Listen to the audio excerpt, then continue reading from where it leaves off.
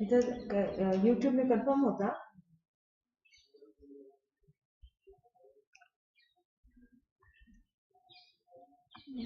Third year ना 33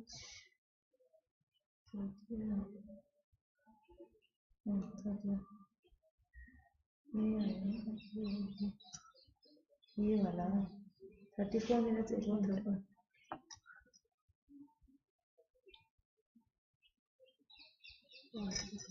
आप check कर लो।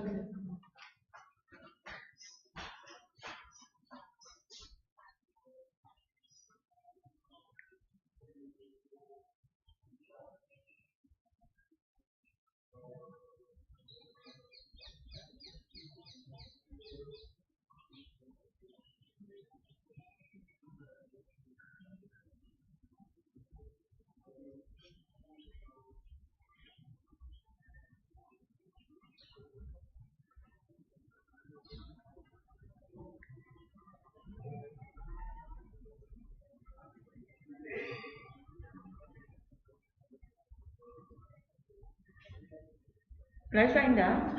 Okay, thank you. I can start, no? No need to pressing anything, no? Stretch here, no need, no? Okay. करे डाल दो. Okay. Okay. We'll wait for another 2 minutes, then we'll go live.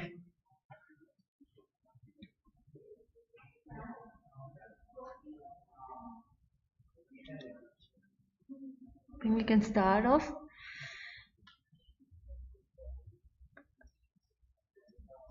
Okay. Good morning, everyone. Today the topic is induction of labor. So, and under this, we need to know what is induction of labor, what are the indications of induction of labor, what are the contraindications, and what are the different methods available for induction of labor, and how each method used, and what are the contraindications, indications, and the complications of each method. Okay. So starting with the definition, what is induction of labor? Induction of labor is the artificial stimulation of the uterine contraction before the onset of the labor. Okay, this is we are stimulating the uterus before the onset of labor. The aim of this, the purpose of this is to have a successful vaginal delivery. There are two components. First one is cervical ripening. Second is a uterine contraction. Okay, incidence usually is around 20%. So in history we'll learn about let us learn about more about the history in the olden days. How is the induction done? In olden days, induction is usually done by massage of breast or the uterus. Okay, sometimes the laminar tents are used in the 6th century, and digital stretching were also used in the olden days. Amniotomy were used in the 18th century. In the late 1960s, oxytocin came into the picture. So cervical ripening. Cervix is made of different connective tissues and the smooth muscles. Like the collagen type 1 also is there, type 3 is also there. The cervical ripening is a chronic process and starts usually from the first trimester of the pregnancy. This is how the cervical ripening takes place. Okay, for the cervical ripening, the main purpose of this cervix is to maintain the uterus for the pregnancy. Means the cervix has to remain closed in order to maintain the pregnancy. Okay. There are certain proteoglycans and the glycoproteins within the cellular matrix of the cervix which maintains the closeness. Okay. For the cervical dilatations, there are certain things that is required. That is, they require certain enzymes which will degrade and make changes in the collagen structure. Okay, there may also be increase in the cytokines, the pro-inflammatory and inflammatory things that will lead into the cervical dilatations. Okay, there will be increase in cytokine interleukin 8 or the interleukin 6, which will lead into cervical dilatation effacement. If the bacterial inflammatory infection causing inflammation is there, then it also accelerates the process of cervical dilatation. This is how the cervical ripening, the prostaglandins, uterine contractions, all these lead to the cervical ripening. This is a picture, different types. First picture is showing that the cervix is closed. That is when the pregnancy is there, cervix is closed. The second thing is the cervix is little dilated, 1 centimeter. The third picture is showing the 5 centimeter dilatation, and the fourth picture is showing the full dilatation during the labor. Okay, so how do we do the cervical assessment? So cervical assessment is usually question comes as a Bishop score. Okay, so cervical assessment is done nowadays using the Bishop score. The history regarding this is the Kalkin first introduced in 1930 the cervical scoring system. After that, the Friedman Field introduced the modified form, and then after that, in 1964, Bishop introduced the Bishop score. Okay. And the Bishop score, what we use nowadays is a modified Bishop score, and it was modified by Brunet and Friedman. Now the latest modification is the Calder score, which are being used now. Okay, this is a Bishop score. In exam, 5 marks question can come as a Bishop score. Okay, Bishop score is the score assessment method of the cervical of the cervical ripening. Okay, it includes the score is from 0 to 3, and it includes certain factors like the dilatation of the cervix, effacement, the station, the cervical consistency, and the cervical position. Okay, and this Bishop score helps us to determine whether the patient is ready to be induced or not. Okay, it also helps us to determine whether the induction is going to be a successful induction or a failed induction. Okay, plays a role in that. Again, this is a modified Bishop score. So if the Bishop score is 6 or more, then we consider it as favorable for induction. Okay, the most important parameter is cervical dilatation. There are different methods for induction of labor. There are PG, prostaglandin E1 and E2. There are mechanical like hygroscopic dilators or the Foley's dilators.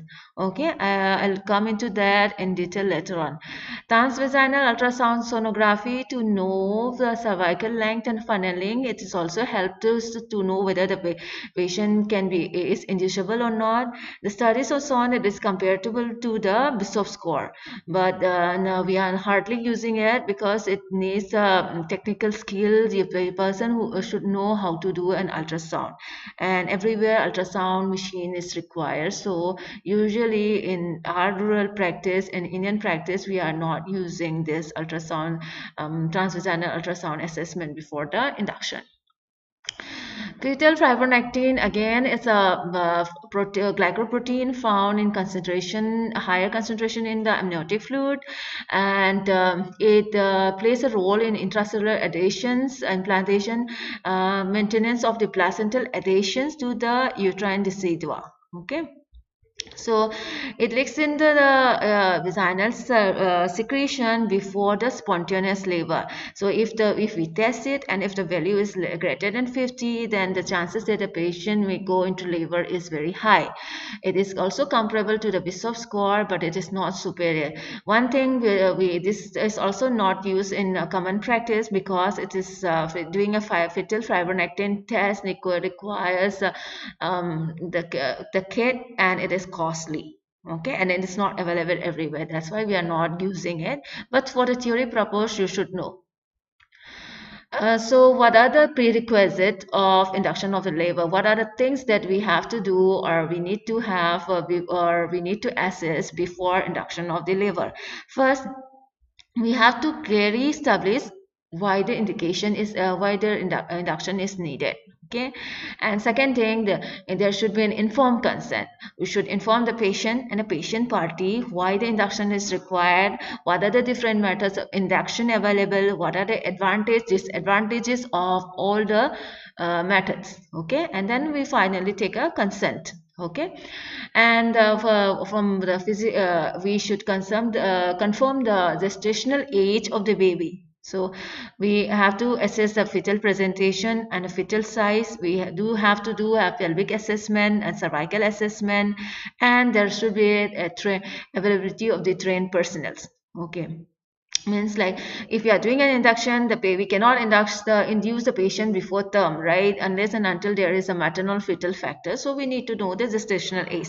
Second thing, if the patient is having a preemie and she is having a breech baby, the chances of she having a successful delivery will be less. So we need to see the presentation of the before induction of the baby, presentation of the baby, and again fetal size. If the baby is too big and the maternal pelvis is small, there is contraction of the pelvis, then the patient cannot deliver normally, then we don't do induction. So this assessment is very important. As I mentioned before, Bishop score, again Bishop score less than 6, there are less chances of successful vaginal delivery. So we have to counsel the patient accordingly. Finally, if we are inducing, there should be a trained person like a doctor and nurses who should be capable of monitoring the patient after induction and who should be able to do the cesarean section if required.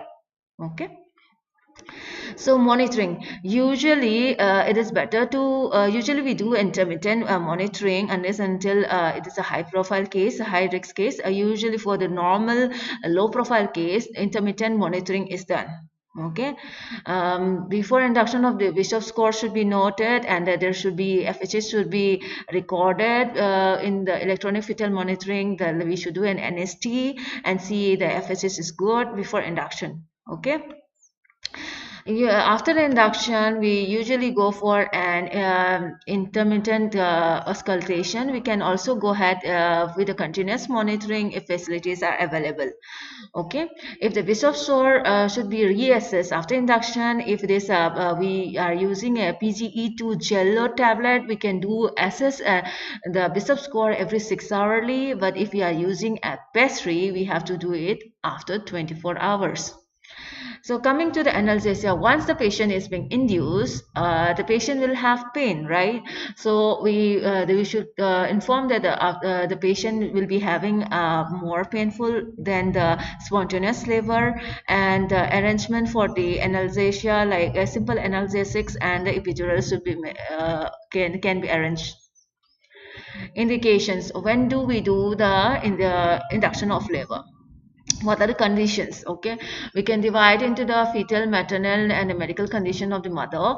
Fetal maternal conditions, we can, if the patient is having a post-dated pregnancy, and if there is a PPROM or PROM, or it is an RH isoimmunization pregnancy, and then if there is a pre-eclampsia, eclampsia, previous IUD, in these cases we can do an induction.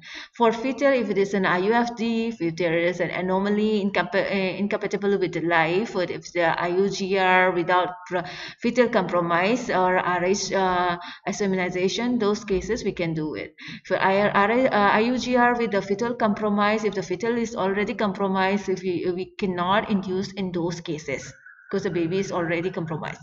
Okay, medical conditions like diabetes, heart disease, renal disease, and chronic hypertension may also undergo induction. Post-dated pregnancy, in these cases, usually induction of labor take place between 41 and 42 weeks of gestation to avoid the prolonged pregnancy. Okay, from 42 weeks, if the patient is declining induction, what do? We do a CTG or NSG every twice weekly, and then weekly ultrasound for the amniotic fluid. Okay, this is when the patient ignores doesn't want to get induced, then we usually we follow up this patient very vigilantly with the ultrasound as well as with the NST. So, what are the contraindications of induction of labor? When what are the conditions when we cannot do the induction of labor? First thing is the cephalic pelvic disproportion, means that the baby is either big or the maternal pelvis is too small for the baby. Okay, means in that condition the normal vaginal delivery is not possible, so induction of labor is contraindicated in that condition. Placenta previa, obviously the placenta is low there, the baby cannot come out because the placenta is low lying, then it is we don't do induction in those cases. Transverse lie means the baby is lying transversely, so it is either we can, in those cases the baby cannot be delivered, the baby has to be delivered by the cesarean section. So in those cases we don't do an induction. Previous, if the patient is having a classical CS or a myomectomy before, then the chances of the rupture in the if we induce is more. In those cases we don't induce, especially even in the case of two previous LSCS, we don't do induction of labor. Active genital herpes, in this case, if the patient is having active primary genital herpes, secondary you can induce, but primary is genital herpes, the chances of baby getting infected with the herpes from the mother, if it is a primary infection of the mother, is more. Okay, and the neonatal the neonatal genital herpes will be around 41%. In case of recurrent, it is only 3%, right? So in case of the primary, we don't induce a patient, because if the patient is induced and the baby deliver vaginally, the baby will get contaminated with the vaginal fluid, and the chances of baby having a herpes is more. Okay, and that's the reason we don't induce in the primary genital herpes cases. Okay, and other condition where vaginal delivery is contraindicated, in those cases we are not inducing the patient. Relative contraindication, if the patient is that is the mother is having a heart disease, and then those cases certain type of very much compromised heart disease, we don't induce it. We if the patient is not having little bit okay heart disease, like if the patient is in the neoclass heart classification 1 or 2, we can do induction, but even in 3 and 4 we do induce it, but we do cut short the second stage of labor. But if the patient is fully compromised already, then we don't do induction of labor. And the patient is breech presentation, as I have mentioned before, if the patient has a breech presentation, the baby having a problem during the delivery is more, so we don't do induction in these cases. Multiple pregnancy, we don't do induction. Obviously the delivery will be difficult, so we don't do it. And if the patient's baby is already compromised with the abnormal heart pattern, the baby will not survive the normal delivery, so we usually don't do induction of labor if the NST is abnormal before the induction of labor. Okay, and if for the grand multi, those who have more than 4 kids or already delivered, then those cases we can do induction, but we should be very cautious. So there are different methods of induction of labor. There can be a non-pharmacological and pharmacological method. Okay, non-pharmacological method, usually we are not using it nowadays, but this were used in olden days. They were there. So for the history purpose, for the knowledge purpose, I have included this. Okay, so there are herbal compounds, castor oil, hot baths, enema, sexual intercourse, breast stimulation, acupunctures. Okay, mechanical devices, we sometimes use it, but not very frequently. There are the hygroscopic dilators and the balloon devices. There's a Foley balloon. Okay, surgical method includes the swapping of the membranes, artificial rupture of the membrane. Okay. Under the pharmacological method, we have the oxytocin, prostaglandins. Okay, these are the two common things, which others we are not using. If sometimes we use it, but usually it is oxytocin and the prostaglandins that we are you are using most of the time. Okay, 99% of the time. Sexual intercourse, this is the non-pharmaceutical method. In this method, it is used in the olden days, where it is the success rate is very very uncertain. The idea behind is that the human sperm, the human semen contain prostaglandin, and this prostaglandin will ripen up the cervix, but it is the success is very uncertain. Breast stimulation, again, the breast, when you stimulate the breast, there will be increase in oxytocin synthesis, and then ultimately with the lead to the uterine contraction, but again infertility is there. Castor oil, hot bath, enema, traditional methods. Okay, these are the midwifery practice, but nowadays we are not using these methods. Acupuncture, again, in certain part of the world they use the acupuncture for induction of labor, but in northern obstetric practice we are not using it. I have included all this just for the purpose of the knowledge. Osmotic dilators, okay, and there are nowadays we are not using frequently in our setup, but in certain part of the world they are still using it. Here it is mostly a mechanical dilator. Here this laminar tent or this osmotic dilator, they absorb the water, and they dilate the cervix. Okay, this usually made of these seaweeds. Here, the laminar dilator, it can be a what a physical dilatation. It can cause a physical dilatation, and it can cause a pharmacological action. Means that it can stimulate the cervix to produce the prostaglandin, thereby leading to the cervical dilatation and a ripening of the cervix. Dilapan is another, there are two forms we have. We have the laminatin and dilapan. And insertion is, it is placed under the direct vision with the using a sterile speculum examination. It is put into the cervix. The various sizes are available from 2 to 9 mm.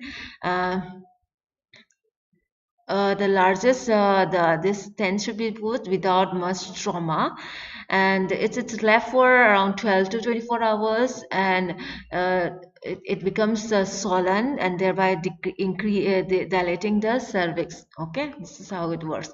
The adverse effect, okay, if we use this method, what is the adverse effect? Adverse effect, obviously there is chances of more infection, there is chances of chorionitis and endometritis and neonatal sepsis if we use the laminar trend.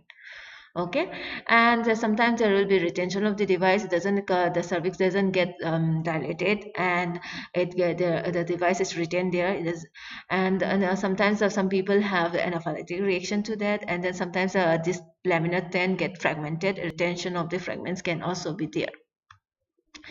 Another mechanical method is a Foley's catheter, which is placed transcervically for cervical ripening. This is another method which we sometimes use in our setup. Catheter size usually from 14 to 26 gauze is being used, and the bulb is inflated with 30 to 80 ml of normal saline. Insertion, it is the Foley's catheter is put directly on direct vision. Okay, we do a perspeculum examination with a direct vision. We put it inside the os, internal os, and then we gently withdraw it until it rests into the internal os. This is how it is put. We put it, inflate it, and then we withdraw it till it is rest just at the internal os. Most of the time when we put this Foley's for induction of labor, it's usually expelled by cell within the 12 to 24 hours because by then the cervix will get ripen. The complication usually is that it is associated with the rupture of membrane and the chorionitis. Infection chances are there. Extra-amniotic saline infusion, it also again acts as a mechanical factor and pharmacological because it increases the production of the prostaglandin. Transcervical catheter indication is if for induction when the cervix is not favorable.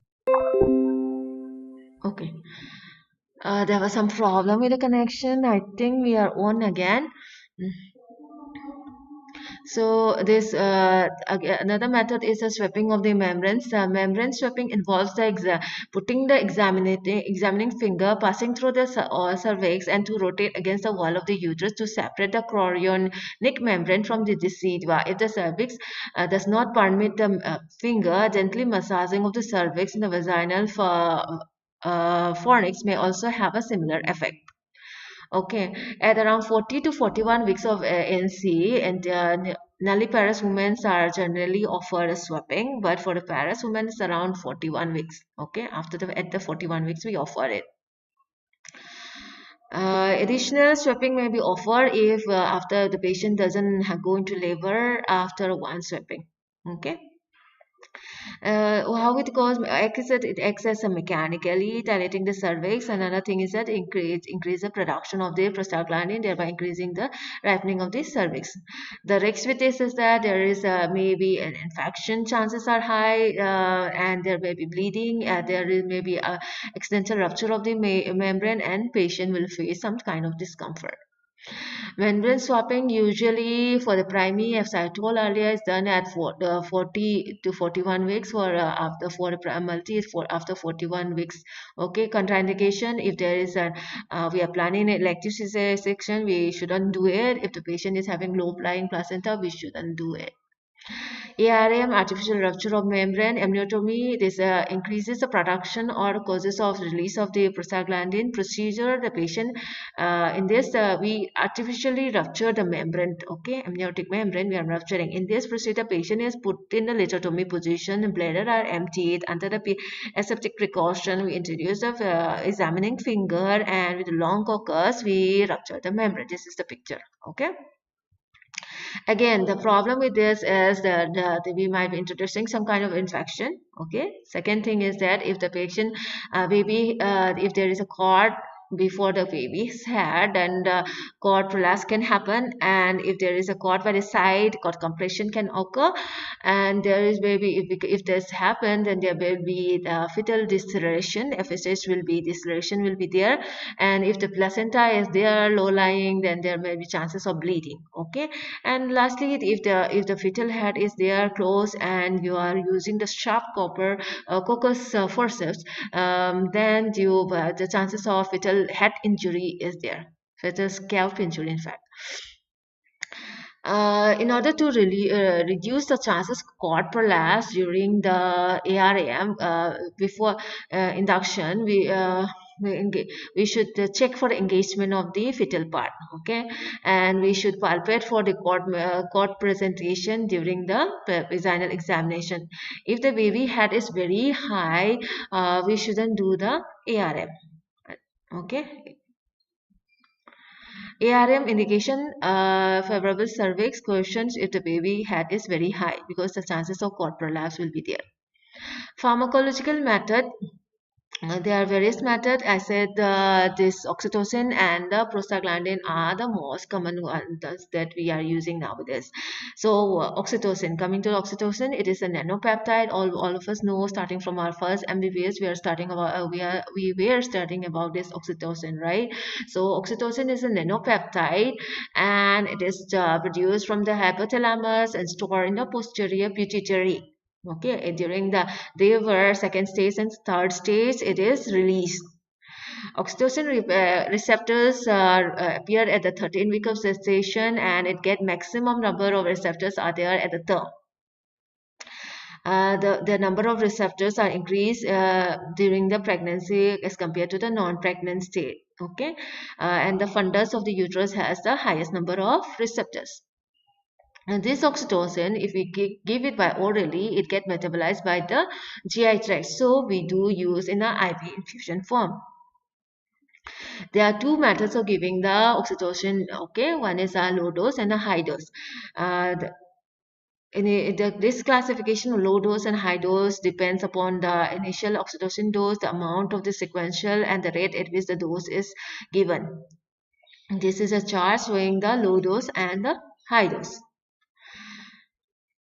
Both the dosing protocols are comparable, but the high dose, there is chances of hyperstimulation and precipitate labor. So what usually we use is a low dose protocol. So once the oxytocin induction is there, once we attain the maximum contractions, then we stop the oxytocin and let the or maintain. We just maintain the number of drops are there, and then we should be getting around 4 to 5 contractions lasting around 40 to 45 seconds. Okay, the complication with oxytocin is that there is the chances of hyperstimulation if we don't monitor properly, and the oxytocin tends to retain the water, and then the patient might have the hyponatremia and hypotension chances are there, and if there is hyperstimulation, uterine rupture chances are also there. Uterine hyperstimulation, if you are getting more than 5 contractions in 10 minutes and each contraction lasting more than 22 minutes, then it is called as a uterine hyperstimulation. And we might be seeing some heart changes, fetal heart rate changes in that time also. Okay, what do we do if there we have an hyperstimulation case? In this, first we stop the oxytocin. Second, we place the patient in left lateral position, administer oxygen, IV fluid, and terbutaline. Okay, to relax the uterus. Hyponatremia, as I've told, oxytocin tends to retain the water and it causes dilutional hyponatremia. The patient will have confusion, congestive heart failure, and convulsion and coma can also be there. A treatment is first we discontinue the oxytocin and we monitor strictly the input and output chart because of fluid or water intoxication is there, and we also should monitor the electrolyte imbalance and correct it accordingly. Uh, if hyponatremia is there, that might also sometimes lead to the demyelination and central pontine myelinosis. Okay, hypotension. Oxytocin can also, if it is given in IV bolus by mistakenly, then it can also cause the hypotension. A treatment is first we have to discontinue the and then monitor the IV, monitor the vitals, and then give the IV fluid administration. And vasopressors may also be required to revive the patient from the low BP. Oxidation causes indication. Oxidation we get indication is to favorable cervix. If cervix is unfavorable, we usually consider the PGE2. Okay. Prostaglandins, they are derived of the arachidonic acid. Prostaglandin we have PGE2 in F2 alpha and E1. Usually we use the E2 and E1. E2, it is a very important cervical ripening factor. F2 alpha causes the myometrial contraction. Both stimulate the contraction of the uterus and have a similar effect profile. Prostaglandins, again, how with this egg, it increases the activity of the collagenase in the cervix and causes cervical ripening. Intracellular calcium is increased and causes the myometrial muscle contraction. Increases the certain enzymes and causes a smooth muscle relaxation of the cervix. Okay, this is how it's caused the ripening of the cervix and a myometric contraction. PGE2, it is available in various form. It can be a tablet form, pastry form, gel form. Okay, gel form. This is this one. It contains 0.5 ml of mg of PGE2 in 3 ml of gel. Maximum of 3 doses can be good. It is marketed as Survey Prime in India. It's available and we are using it. Okay, and first, it is need to be stored in the fridge before administration. Bring to the room temperature before application. Then the patient, after introduction into the cervix, just below the internal os, the patient need to be in the supine position for 30 minutes, and FSS monitoring is required. PGE2, it can be gel form or pastry or tablet. But the problem is that it needs the monitoring the meaning storage monitoring is required. It should be around 2 to 8 degrees Celsius for gel and minus 20 for the pastry. This is the pastry we are talking about. 1 to 2 milligram of gel can be repeated every 6 to 8 hourly for a maximum of 3 doses. Okay, that is the gel can be repeated 3 times. Pastry 3 milligram repeated repeated after 6 to 8 hours. Okay, after administration the patient should be put in the recommended position for 2 hours for the pastry, and fetal heart monitoring is required. Disadvantage of this is that it is quite a cold storage, okay, and it is costly, and may sometimes after giving this the patient might need an oxytocin augmentation. PGE1, this is the misoprostol. This is the most commonly used induction material. This can be given orally or vaginally. Okay. Bisanal is better because it has a less systemic side effect. Uh, the dosing is around 25 watt hourly or 50 depending on the gestational age. A maximum of 6 doses can be given, and we should not start the oxytocin immediately after this. We should at least wait for 6 hours minimum. The complication with this is that it can cause tachysystoly, hyperstimulation. Okay, and these are the various hyperstimulation tachysystoly comparing with the different induction agent. Prostaglandin we use for induction of labor, and it is contraindicated if the patient is having a prostaglandin sensitivity, hypersensitivity if the patient is multiparous greater than 3 if, for the pastry use, or grand multi for the gel use. If high presentation or malpresentation, we cannot use the prostaglandins. Complication, maternal complication includes the failure leading to the cesarean section, failure of induction, uterine hyperstimulation. There are sometimes yeah, hyperstimulation can lead to the rupture of the uterus. There can be sepsis infection, precipitate or dysfunctional labor can also be there. There will be increased chance of operative vaginal delivery, right forceps or the vacuum. Increase in the birth trauma will be there, and the accidental hemorrhage can also be there. Fetal sometimes prematurity can also be there if the gestational age is not checked properly, and fetal distress, fetal death, cord prolapse, fetal pneumonia, and neonatal jaundice are other common side effects. Fail induction. When do we say that induction is failure to establish the labor after one cycle of treatment consisting of like after the after the two vaginal PGE2 tablets 3 milligram or gel of 1 to 2 milligram every at 6 hourly interval, PGE to control pastry over 24 hours, or prolongation of the latent phase greater than 12 to 18 hours. Failure to achieve the active phase after 12 hours of oxytocin, adequate contraction of 2 hours without cervical changes, failure to delivery within 24 hours of induction, and the failure of induction change incidence is around 1 to 6%. So there's a term called elective induction. When do we do? It has no medical indication. It can be social, maternal, geographical factors, but knowing the POG periodization is a must before the elective induction. Advantages of induction is that it releases the patient anxiety. It has give her some sense of control to allow the planned delivery. Disadvantage is that there is more operative intervention and increase in the perinatal morbidity. Okay, and there is chances of greater use of analgesia. Okay, that's it. Thank you.